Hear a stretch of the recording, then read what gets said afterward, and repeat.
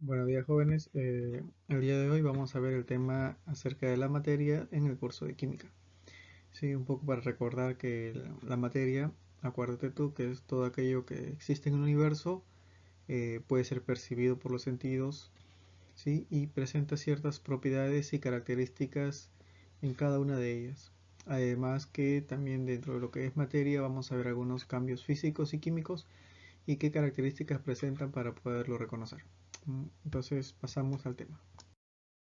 Entonces, dentro de ciertas propiedades que tiene la materia, ¿sí? Vamos a encontrar algunas características eh, propias, tanto para el plano de los cambios físicos como los cambios químicos. Entonces, ¿qué cosa es una propiedad en primer lugar? Es un conjunto de características que van a presentar ciertas sustancias con las cuales uno puede identificarlo y lógicamente proporciona una inconfundible identidad. ¿Sí? Es una forma entonces de identificar a la materia. Está presente en todas las sustancias en una combinación única. No permite identificar o caracterizar una sustancia y distinguirla de otra. ¿Sí? No, eso es lo que nos va a permitir. Pueden darse en ciertas categorías, pueden darse en una propiedad química o puede darse en una propiedad física.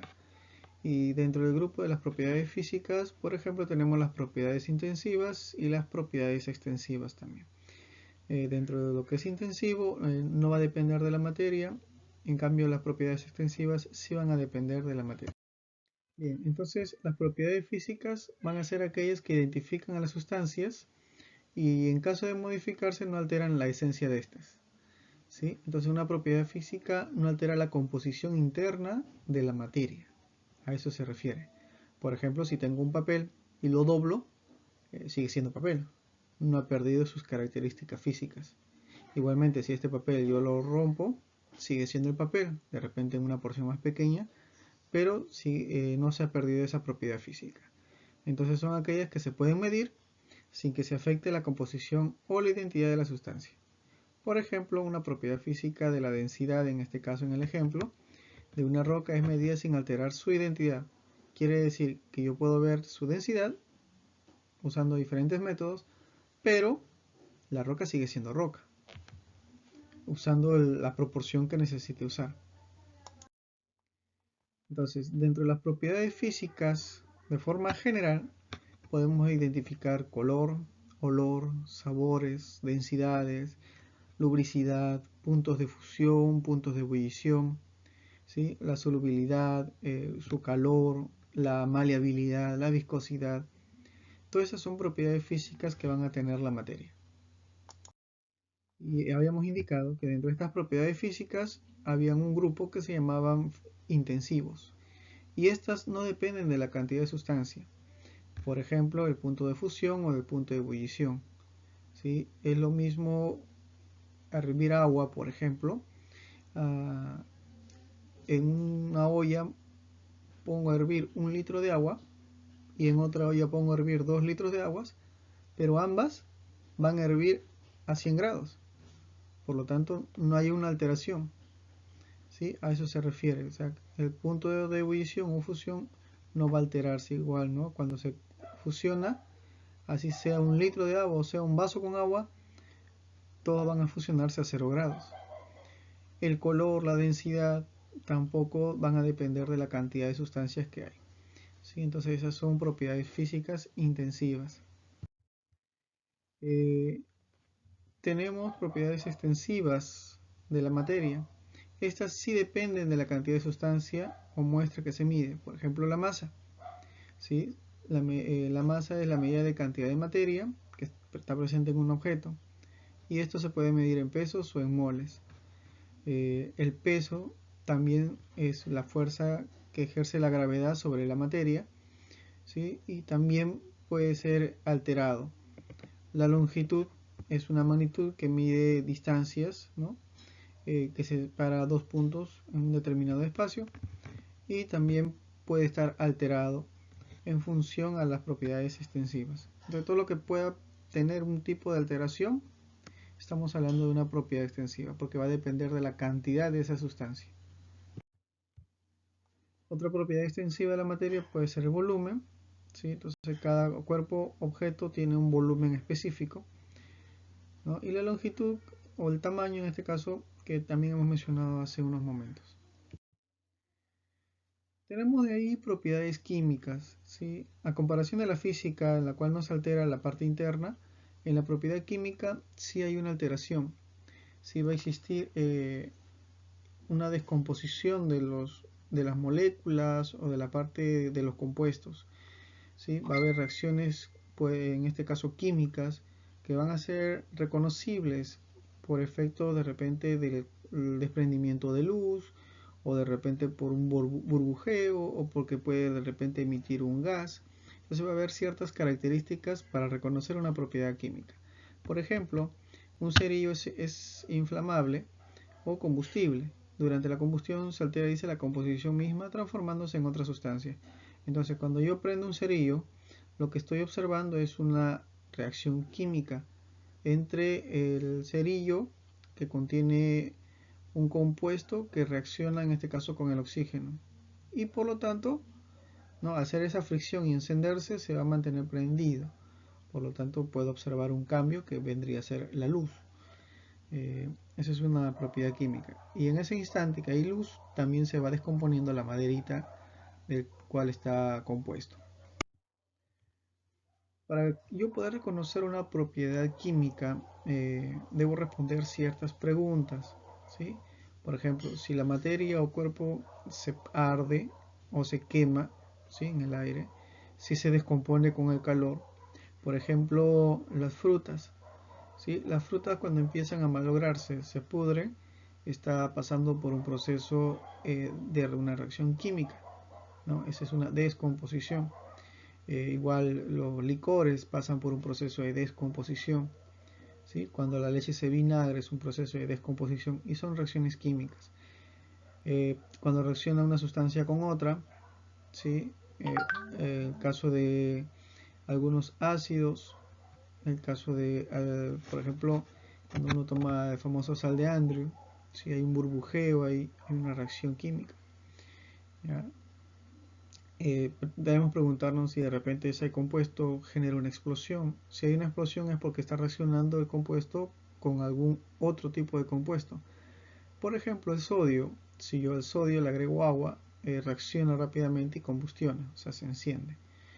Igual, ¿no? La gasolina tiende a ser muy volátil y si está expuesto al calor se incendia o explosiona con rapidez. Debo preguntarme si es tóxico. Al reaccionar con otras sustancias se forman sustancias nuevas.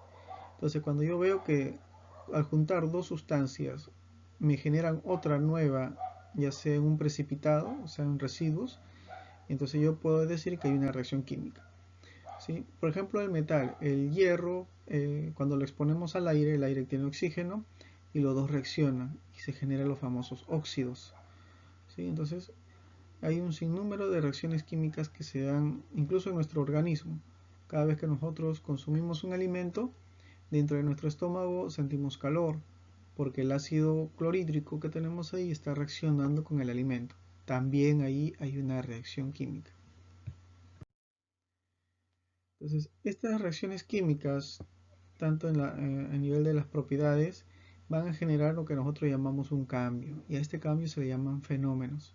Entonces, ¿qué cosa es un fenómeno? Es un cambio o modificación que experimenta las sustancias, ¿sí? Bajo diferentes formas de energía, ¿sí? Porque eso es lo que va a lograrse en el cambio químico. Bien, entonces la materia tiene cambios físicos y cambios químicos o llamados también fenómenos. Y un poco para recordar, ¿no? Los cambios físicos en el cual se cambia la materia, pero no se cambia la estructura interna de la materia. ¿Sí? Puede cambiar la forma, puede cambiar el estado, pero sigue siendo la misma materia. Como el caso del ejemplo, ¿no? El agua puede estar en estado sólido, en líquido o gaseoso, pero sigue siendo agua en cualquiera de sus facetas. En el caso del cambio químico, la materia sí sufre una transformación, ¿sí? Se genera una nueva materia. Por el caso de la madera, si combustiona, se volverá carbón. En el caso de los metales, como el hierro, se oxida. Entonces vamos a ver aquí reacciones químicas que sí van a alterar la parte interna de la materia. Entonces, también existen cambios físicos, ¿sí? Dentro de los fenómenos también hay cambios físicos. Y como habíamos visto según las propiedades, no van a alterar su composición interna. ¿Sí? Por ejemplo, en la imagen podemos apreciar una tijera con un papel. Si yo corto el papel, tengo por seguro que se va a mantener la composición de ese papel. No va a cambiar. No va a cambiar su contenido de celulosa, su contenido de carbón, no va a cambiar. ¿Sí? Otro ejemplo de fenómeno físico, tenemos la reflexión y la refracción de la luz. Tenemos la fusión de la cera, ¿no? O sea, cuando una vela se derrite. Tenemos la disolución del azúcar, agarro azúcar, lo mezclo en el agua, pero sigue estando su composición del azúcar en de repente no visible porque está descompuesto en todo el líquido, pero está presente. ¿Sí? Cuando se electriza el vidrio, en la dilatación de un metal, en el movimiento de capas tectónicas, todos eso corresponden a fenómenos físicos. Los cambios de estados también pasan por ello. ¿Sí? Cuando hablamos de cambio de estado es cuando nos acordamos de que el agua, si lo bajo de temperatura, se vuelve sólido, y si lo expongo a más temperatura, se vuelve a volver líquido o puede volverse un gas. ¿Sí? Ahí hay cambios de estado entonces. En los fenómenos químicos, el cambio sí modifica la naturaleza, la parte interna de la materia. Comienza a haber una descomposición, como lo mencioné anteriormente, una reacción química. Entonces, eso se da en la digestión de alimentos que hacemos nosotros de forma diaria o cuando consumimos un medicamento. Lo que hace el medicamento es descomponerse y alterar alguna reacción dentro del cuerpo. Y lógicamente los medicamentos están creados con la finalidad de que esa alteración disminuya, ¿no? Que en este caso sería la enfermedad. Cuando se corroe un metal, ¿ya? Si agregamos un ácido al metal, vamos a ver una descomposición. La explosión de una bomba, la respiración celular que hacen las mitocondrias, ¿sí? La combustión de gasolina, la fermentación del azúcar en alcohol, ¿no? Encender el cerillo, fenómenos de fotosíntesis, todo eso corresponden a cambios químicos de la naturaleza. Ejemplos, entonces, habíamos visto los cambios de estados para los cambios físicos y habíamos hablado de la putrefacción de frutas o la fermentación para en este caso, las frutas o productos orgánicos. Bien, entonces la materia también tiene estados y cuando hablo de estados hablábamos de fases, de etapas y existen en la naturaleza 3 etapas. ¿Sí? En realidad los estados son 5, pero nosotros vamos a hablar de 3 que se dan de forma continua en la naturaleza. El estado sólido, líquido y gaseoso. Estos estados van a cambiar, ¿sí? Uno con otro, pero va a estar en función de ciertas condiciones que están en la naturaleza, como es la presión y la temperatura. No es lo mismo, por ejemplo, respirar en la costa que respirar en Ticlio, en nuestra sierra. No es lo mismo cocinar frijoles aquí en la costa que cocinarlo en la sierra. ¿Sí? Porque la presión es diferente, la altura genera una presión diferente y eso altera significativamente pues, los puntos de fusión, los puntos de ebullición. Pero si hablamos solo en la costa, entonces podemos decir que todos van a cocinar a la misma temperatura y a la misma presión. ¿Sí? Entonces, cuando un cuerpo cambia de un estado a otro, tiene su denominación. Por ejemplo, si el sólido yo le someto calor, el proceso se llama fusión y este sólido se convierte en un líquido. Si el líquido yo le someto calor, de igual manera, se convierte en un gas, pero ese gas, ¿sí? Tiene un nombre, o sea, tiene un nombre de proceso, se llama vaporización o evaporación. Y a la inversa, si disminuye el calor de gaseoso a líquido, será una licuación, y si es de líquido a sólido, será una solidificación. El término licuación de repente te hace conocido por el famoso gas licuado de petróleo, ¿sí? Entonces, el gas que viene de camisea viene en forma de una estructura gaseosa, pero cuando llega y se juntan todos, se vuelve líquido. De repente en casa, cuando has cargado un balón de gas, te has dado cuenta que tú lo mueves y parece que tuviera agua, ¿sí? Porque las moléculas, como están comprimidas, se juntan tanto que se vuelve líquido. Pero una vez que lo descomprimo al momento de encender la cocina, se vuelve a volver gas. Bien, entonces En nuestro planeta de forma natural vamos a encontrar tres estados de la materia, pero de forma general existen cinco estados de la materia. ¿Sí? Los tres primeros los hemos mencionado: el estado sólido, líquido, gaseoso, eh, cuyas características es el volumen definido para el sólido, tienen forma propia. El líquido tiene también un volumen definido, pero forma el recipiente que los contiene. El gas no tiene volumen, es variable y adopta la forma también que el recipiente que los contiene. En el caso del plasma, no se da en la naturaleza de forma normal, sino que para que se cumpla tiene que haber temperaturas muy altas, sobre todo en el espacio, ¿no? Por ejemplo, una reacción nuclear que se da en el Sol puede generar sustancias de plasma. En el caso del quinto estado de la materia, llamado condensado de Bose-Einstein, también debe haber ciertas características. En este caso, estar a una temperatura de 10 a la menos 9 Kelvin. ¿Sí? Entonces es una temperatura muy baja, para incluso llegando a ser absoluto, ¿sí? Para que se pueda cumplir esta condición de estado de la materia. ¿Y cuál es su característica? Que concentra, dice, sus átomos en un mismo espacio físico. ¿Sí? Hoy en día se estudia este quinto estado para equipos electrónicos y que estos puedan tener más rapidez, sobre todo para el momento de procesar información. Los tres primeros son los más comunes en la vida diaria, ¿sí? Los encontramos constantemente en estructuras como por ejemplo los sólidos en tuercas, en cristales, en madera, los líquidos en el agua, en la leche, ¿sí? Todo lo que son sustancias líquidas, y los gases en el aire que respiramos, en el dióxido, en los humos, y sus características de forma general que tienden a cambiar su volumen, ¿no? Dilatándose en algunos casos, pero siempre acuérdate en función a la presión y a la temperatura, ¿sí? Y están pasando de un estado a otro. En cambio, para el plasma son considerados fluidos junto con los líquidos y los gases. El fluido tiende a discurrir, fluye, ¿no? Se mueve, transita. Pero en el caso del plasma propiamente, se da en el Sol, estrellas, ¿sí? En los astros gaseosos, ahí se va a generar este plasma. Eh, no se le encuentra una forma definida al plasma, ¿sí? Por lo que son fluidos. Bueno, continuamos. La materia entonces está formada por partículas indivisibles, según la teoría, llamadas átomos, ¿sí?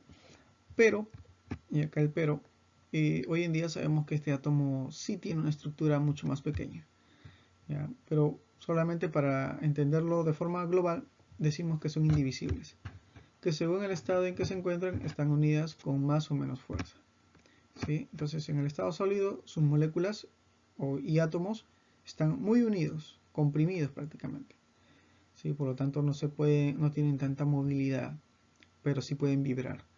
En el estado líquido, las moléculas están un poco más dispersas, ¿sí? Pero aún así siguen estando juntas, ocupando el espacio del cuerpo que las contiene.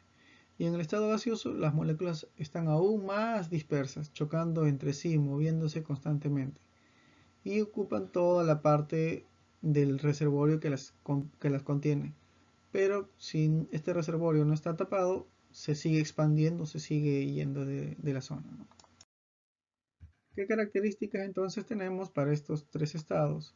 Para los gases, que son partículas muy separadas que se mueven libremente y no tienen forma fija, ¿sí? Tienden a expandirse. Los líquidos están separados, pero menos que los gases, no te olvides, con menos libertad. No tienen un volumen fijo, ni forma, pero se adaptan al recipiente. Los sólidos son partículas muy juntas, sin libertad de movimiento, solo vibran, y ellos sí van a tener forma fija y un volumen fijo, ¿sí? Entonces todo esto van a estar de acuerdo a ¿qué? Temperatura y presión.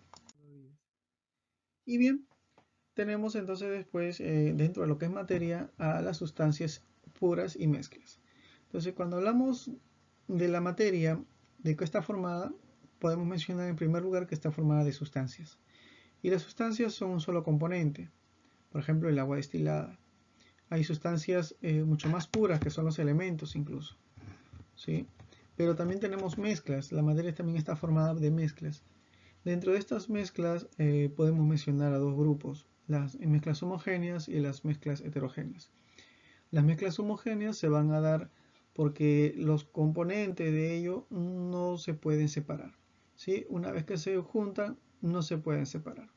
En cambio, las heterogéneas sí van a poder separarse, ¿sí? Se pueden distinguir dos estructuras. También dentro de este grupo vamos a encontrar las famosas disoluciones, que van a estar formadas por un disolvente y un soluto, ¿no? Cuando yo digo disolvente hablamos de agua, ¿sí? Un solvente es el agua, el disolvente es el agua, disculpen, y el soluto vendría a ser la sal o el sólido que quiero combinar, ¿no? Por ejemplo, cuando agregamos agua con azúcar, el solvente vendría a ser el agua y el soluto vendría a ser el azúcar, ¿sí? Entonces, un poco para recordar lo que es sustancias y mezclas. Aquí en el ejemplo podemos apreciar mezclas de tipo heterogéneo, ¿sí? Porque no se pueden unir, van a estar separadas sus componentes porque de repente tienen densidades diferentes, estructuras diferentes, como por ejemplo la arena y agua, ¿sí? No se van a poder mezclar. Igual el aceite y el agua, ¿sí? Si yo pongo en un vaso con agua monedas, no se van a mezclar. Las ensaladas de frutas, ¿no? No voy a poder mezclarlos. Y yo los puedo separar con facilidad. En cambio, en una mezcla homogénea, sí hay una combinación en la cual se me es más difícil separarlas, porque necesitaría de procesos químicos, ¿no? Para poderlo separar hasta cierto punto, tampoco en su totalidad. Por ejemplo, sal disuelta en agua, ¿sí? Por ejemplo, los perfumes, las soluciones de azúcar y agua, una aleación como el acero, ¿no? El acero, acuérdate que es hierro con carbono, el agua carbonatada, ¿sí? Algún agua de gaseosa, ¿no? Son las aguas carbonatadas. Son mezclas homogéneas, no podemos separarlas con facilidad. Pero si yo las someto a un proceso químico, ténganlo por seguro que sí se puede separar o fraccionar, ¿no? En algunos casos. En la presente actividad te voy a dejar ahora de esta manera, ¿sí? Después de cada sesión vas a tener 5 preguntas, las cuales vas a tener que leer detenidamente y las vas a contestar dentro del grupo de Face. Esa es la actividad que vamos a hacer durante la sesión. Así que tienes el tiempo para poder ver tranquilamente el video, ¿sí? Con la explicación y después responder las preguntas que se te están dejando. En esta ocasión, la primera pregunta dice que es un fenómeno físico y vas a mencionar 5 ejemplos. Después, que es un fenómeno químico y también vas a mencionarle 5 ejemplos. Que es una mezcla homogénea, que es una mezcla heterogénea. También le vas a mencionar 5 ejemplos para cada uno de esas preguntas. Y la quinta pregunta dice que es una reacción química, ¿sí? ¿A qué llamamos reacciones químicas? Entonces, esas preguntas las escribes y también las contestas en el Face, ¿sí? En el grupo. Así como veníamos haciendo los comentarios, pero ahora vas a tener que ver un poco más el video para que puedas contestarlas. Y si por ahí necesitas ayuda extra, bueno, tienes los buscadores para que lo puedas realizar con mejor precisión. Así que al trabajar. Espero que tengas un buen día, cuídense bastante, nos estamos viendo hasta otra oportunidad.